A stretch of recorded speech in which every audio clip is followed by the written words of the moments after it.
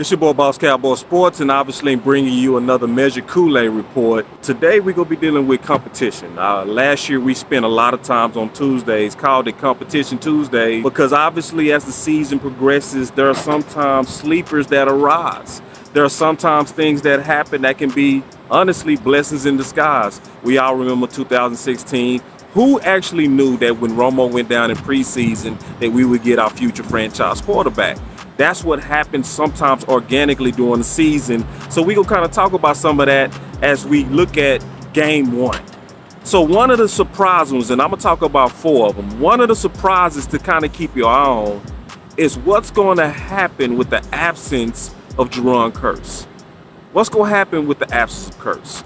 So the first person to me that we should be looking at, I'm gonna be all the way honest with you, that's Jabril Cox. And that's obvious, because to me, and I'm being all the way honest, he's out of position at middle linebacker. I think he can play it. I think he's that much of an athlete. But when you look at what his strength was at LSU, it was coverage. It was making plays on the ball. What's a better fit than the big nickel, which is almost like a safety position in today's modern NFL? That's something that I was very high on as he was being drafted, and after he was drafted, Okoye did a video, as well as myself. We actually came together to kind of co-sign that idea. Well, this is our chance. This is something to where we can actually potentially get better coverage potentially and a better player potentially. Now that's saying a lot, but I always believed in Cox in coverage, and I'm gonna tell you something. It's a benefit to do what I do, because when you do what I do, you get to talk to a lot of players. And I'm going to just tell you firsthand that I know this from talking to players firsthand with the Dallas Cowboys, that it's a lot of players that believe in Cox as the big nickel. So yes, he's playing middle linebacker right now. He's logged as the middle linebacker, but keep your eye on Dan Quinn and see if he's going to have the creativity to make that fish in water actually swim. I know it's a fish in water when we're talking about Cox as the big nickel. Number two is something to keep your eye on in terms of competition. Fowler versus Armstrong. To me, this is obvious, because see, Armstrong, he was treated with bubble wrap. I don't know why. They treating him as if he's Randy Gregory, and I've already did a film breakdown on the difference between the 6 sacks that Armstrong was able to accomplish last year versus Randy, and it was clear as water that Randy Gregory's sacks was way more athletic versus Armstrong's sacks was more kind of help out sacks and sacks that kind of fell his way. So there's a difference when you turn on the film. Like if you look at the numbers, you'll say, hey, those guys are the same player, but they're not the same player.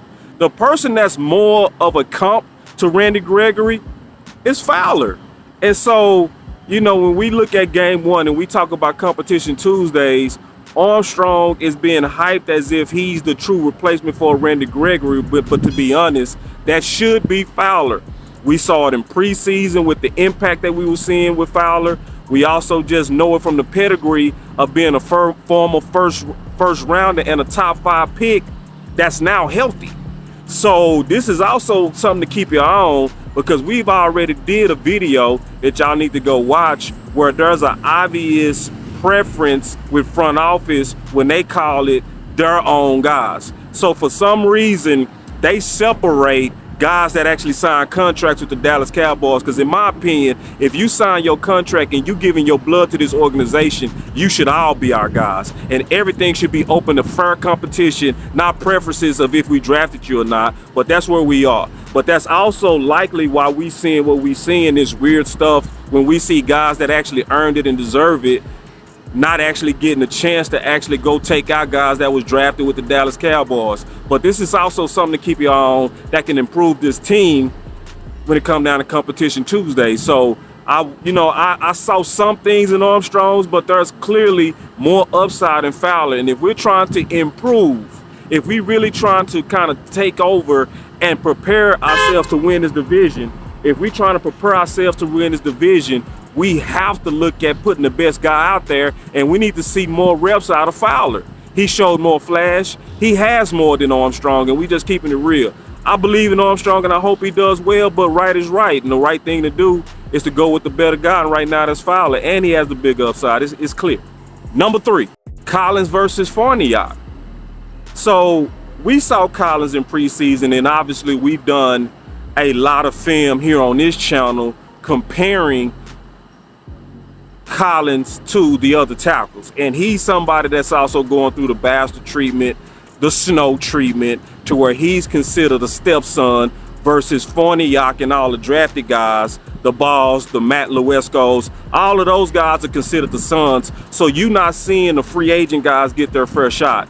But if we trying to improve this team and we looking at the absence on Competition Tuesday, and we looking at the real absence of McGovern, this is another chance that we get a chance to potentially improve. Now, the OC has been beating this drum a lot. I'm going to co-sign this drum even more with the OC that they do need to give Collins a chance. This is a good chance on Competition Tuesday to bring certain guys on the roster from practice squad that can potentially improve.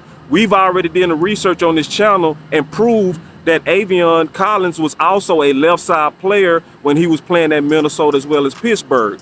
And he was a fish in water playing right tackle, and he played 80% of snaps in most of the preseason games. So you had plenty of film to critique. I want to see the real critiques on this guy, because I don't really see why we're trying to critique him and try to act like he don't deserve a shot to actually improve his roster. So we got to get out of the politics with the Dallas Cowboys and start actually getting serious about competition and Competition Tuesdays, where we can actually get a chance to make the playoffs, even minus Dak Prescott. We can do it if we get out of the stubbornness of trying to stick with our ways of doing things, our guys, and treating certain people like bastard sons and snows. Number 4, on Competition Tuesdays, this should be clear if we just judging by game 1. We got to get off of this 2 number 1 back stuff. Because, see, yeah, it was easy to discount the value of Zeke blocking when Pollard wasn't blocking and when he wasn't clearly the number 1 back. But yeah, I mean, it's been a lot of lobby. It's been a lot of people that's been pushing that Pollard is the better back. So I need all of y'all to come to my office real quick and let's talk about this lack of blocking that we saw on game 1. And let's talk about how that really affected us. Because they see people try to minimize that.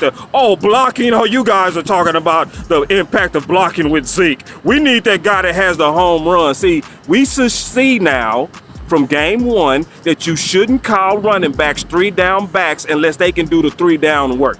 If you can't do the 3-down work, which is one of the job descriptions of a 3-down back, is a strong ability to also pass protect for your quarterback. So how often are we going to continue to put Dak at risk because we've been stubborn about trying to prove that Pollard is the better back? Yes, we all agree that Pollard is the most explosive back. But see, explosiveness is more than running back than just your ability to break occasionally. You got to be able to do the complete job. And he is not yet the complete back. So since he is not the complete back, he should be treated like he is and was in the past. A change of direction back, and that's where he's valued. The guy that's going to be able to close out games, push the pile, and also occasionally break, not as fast as Pollard, is clearly Zeke. So we need to go look at the film of what happened with Tampa, and we saw the struggles of Pollard that also hurt us. So when we talking about Competition Tuesdays, let's be all the way honest. Let's be all the way real.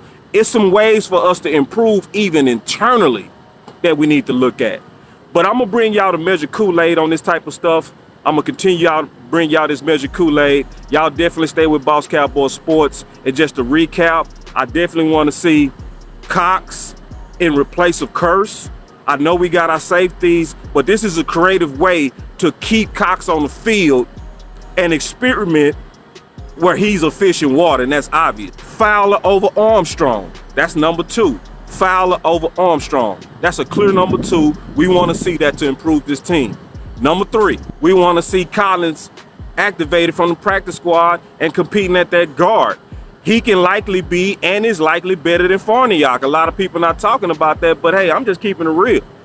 We got a guy that's a 3-year player. He's still in his first year contract. So he's not expensive. It makes sense. Number 4, let's stop the controversy that never was a controversy with Zeke versus Pollard. Like, let's just totally kill that. Let's go back to using Pollard as a change of direction, and the number 1 back is Zeke.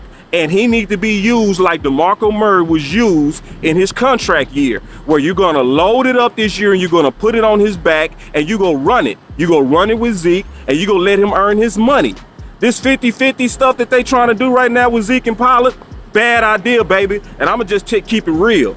But this is Boss Cowboy Sports with more Measure Kool-Aid. Y'all stay up. I'm gonna continue to give you this balance and tell you what I think is gonna be solutions to help the Dallas Cowboys. Y'all stay up where your voice matters. Peace out.